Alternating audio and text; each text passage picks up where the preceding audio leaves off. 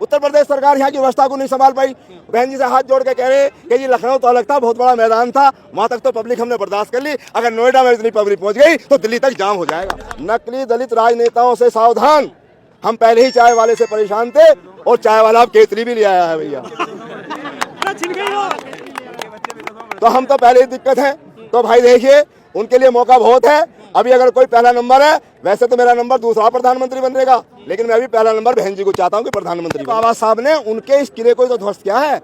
जो इनका ग्रंथ कहता था, क्या कहता था ग्रंथ, कि एक पढ़ेगा एक लड़ेगा। ये धार्मिक ग्रंथ कहते थे कि एक पढ़ेगा एक लड़ेगा, एक करो व्यापार और तुम सबकी सेवा करोगे, ऐसा था ग्रंथों का आधार। और बाबा साहब ने जब कलम उठाई, इतना अत्याचार सहने के बाद भी इस कंट्री के अंदर, बाबा साहब ने क्या लिखा, सब पढ़ेंगे सब लड़ेंगे, सब पढ़ेंगे सब लड़ेंगे, सब करो व्यापार और सबकी सेवा सब करेंगे, ऐसा दिया मैंने भारत के संविधान में अधिकार।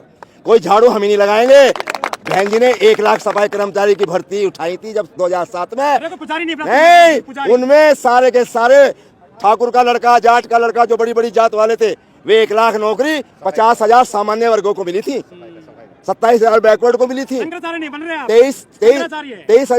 23,000 नौकरी शेड्यूल कास्ट को मिली थी, 77,000 वहाँ गई थी। तो ये जो नारा था ना इस कंट्री में कि मारते मारते भंगी बना दूंगा, यही नारा था ना।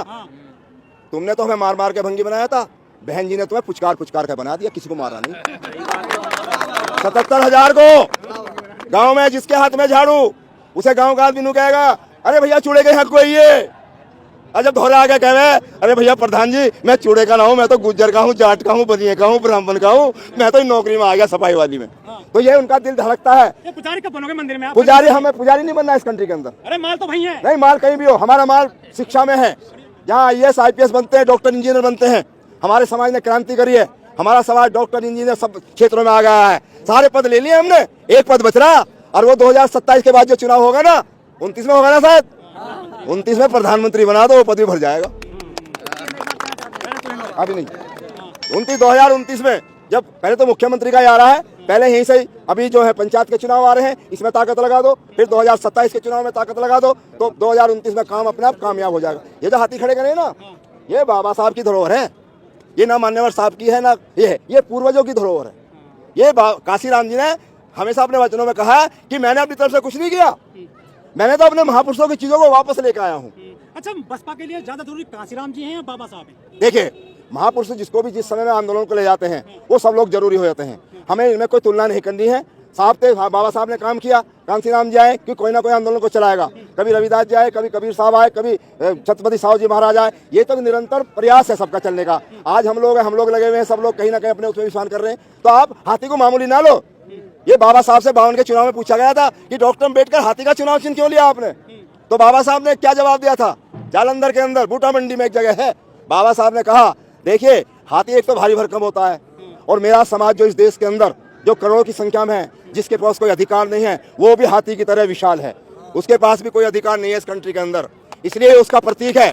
और ये भारी भरकम होने के बाद, ये भारी होता है शरीर से, एकदम नहीं उठता ये अपने पहले नहीं, ये पहले पैर पे वजन लेता है ये, और फिर दूसरे पे लेता है, और ये फिर खड़ा हो जाता है। तो खड़ा होने के बाद कोई दुनिया की ताकत इसे बैठा नहीं सकती। तो बाबा साहब के समय में कम खड़ा हुआ था, काशीराम जी ने ज्यादा खड़ा कर दिया, और इसे वो बैठाने की कोशिश की जा रही है। नहीं, ज्यादा नहीं, आपका वोट परसेंटेज उनसे ज्यादा है, भले ही आपका एक MLA बन रहा है, कोई बन रहा है, लेकिन आपका वोट परसेंटेज सबसे ज्यादा बेईमानी की जा रही है। EVM के माध्यम से आपकी वोट सही पड़ रही है, आपका कारवां सही चल रहा है, भीड़ चल रही है, और विशालता का प्रतीक है, इतनी दुनिया आ रही है। डर गई सरकार, उत्तर प्रदेश सरकार यहाँ की व्यवस्था को नहीं संभाल पाई। बहन जी से हाथ जोड़ के कह रहे कि जी लखनऊ तो अलग था, बहुत बड़ा मैदान था, वहां तक तो पब्लिक हमने बर्दाश्त कर ली, अगर नोएडा में इतनी पब्लिक पहुंच गई तो दिल्ली तक जाम हो जाएगा। तो बहन जी ने आम जनमानस की समस्या को देखते हुए, आम जनमानस की सत्ता में, हम तो पहले से सत्ता में रहे। बहुजन में राजा हुए जिन्हें कहे दास, बहुजन में राजा हुए जिन्हें कहे दास, शत्रु बढ़ाना देश में बता रहा इतिहास, कीर्ति जग फैला दी, हर्षवर्धन कंजीस अशोक इत्यादि, कैपरी में कमी राय, जगत को ज्ञान कराया, तभी तो मेरा भारत जगत गुरु कहलाया। तो हम तो पहले से शासक रहे हैं। जगत गुरु क्या करेगा? जगत गुरु कुछ नहीं करने का। अगर जगत गुरु कहीं या नाप शनाप बकरे हैं तो उनको इतना ज्ञान नहीं है।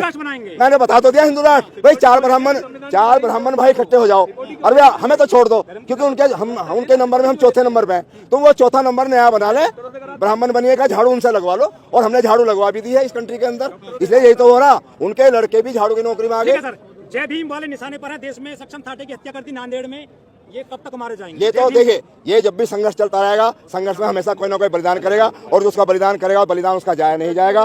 भले ही उनकी लड़कियां भी आज समझ गई हैं कि इन ब्राह्मणों के बनियों के लड़कों के चक्कर में आने की जरूरत नहीं है, जय भीम वालों से शादी करो, और जय भीम वालों से शादी करोगे तो उन्हें आरक्षण भी मिलता रहेगा। अगर दूसरे वर्गों की लड़कियां आएंगी तो उनके बच्चों को भी आरक्षण मिलेगा। अगर तुम्हें आरक्षण खत्म करना तो तुम भैया क्या करोगे? तुम्हें क्या करना चाहिए कि अपने लड़कों को यहाँ बिठा दो, उससे तो उस पर पैदा बच्चे होंगे तो उनको भैया रिजर्वेशन नहीं मिलने का। तो नकली दलितों से सावधान। नकली कौन है? राजनेता बड़े बड़े घूम रहे हैं। अरे युवाओं की जान है वो, जिसकी आपने नहीं, नकली दलित राजनेताओं से सावधान। हम पहले ही चाय वाले से परेशान थे, और चाय वाला अब केतली भी ले आया है भैया। अरे छिन गई वो। तो हम तो पहले ही दिक्कत है। तो भाई देखिए, उनके लिए मौका बहुत है। अभी अगर कोई पहला नंबर है, वैसे तो मेरा नंबर दूसरा प्रधानमंत्री बनेगा, लेकिन मैं अभी पहला नंबर बहन जी को चाहता हूँ कि प्रधानमंत्री बने। अगर देश में कंट्री में कहीं वो एकमात्र बहुजन समाज की एकमात्र लेडी है, हमारे समाज की आयरन लेडी, जिसे विश्व दुनिया में माना गया है। और आपका नाम, जैसे बाबा साहब ने आपका मान सम्मान बढ़ाया, नाम दिया, आपको काम दिया, सम्मान दिया। पहले हमारा नाम ही नहीं था, किसी का नाम घसीटा, किसी का खचेड़ू, ये किसी किताब में नहीं है। मेरी माँ ने नाम अशोक रखा, सब किताब में पढ़ाया जाता हूँ। और जब मुझे बताया ना अशोक टकसालिया जी ने कि ये 4 शेर भी अशोक के ही हैं जो नोट पे छप रहे, और ये शेर जो बन रहा है ना, इसके बलबूते पे प्रधानमंत्री राष्ट्रपति दूसरे देश में पहचाने जाते हैं। तो आपका डंका वो शेर ही बदल दिए। नहीं, वो उनको बदलने दो, लेकिन आपका पासपोर्ट बनता है वो अशोक के चिन्ह है, वो कोई सीधा चिन्ह नहीं है। तो बाबा साहब ने नाम दिया, आज हमारा नाम अशोक। मायावती सबको पानी पिला दिया, अकेली लेडी ने, बड़े बड़े लोग आयरन लेडी ने अपने कार्यकुशलता में अपने सत्ता का पूरा दिखाया गया है। और 5 साल में एक राजा जो कुछ कर सकता है, किसी की हिम्मत नहीं है। 5 साल में उनसे सत्ताधीन होने के बाद आपकी ये संस्कृति उजागर की है जो दुनिया में कहीं नहीं थी। आप अभी तक खंडरों में अपना दिल बहलाते रहे, नालंदा तक्षशिला शिला के, लेकिन जब ये खड़े हुए हैं ना ये बड़े बड़े स्मारक, जब यहाँ को निकलते तो हमारा सीना भी चौड़ा हो जाता है।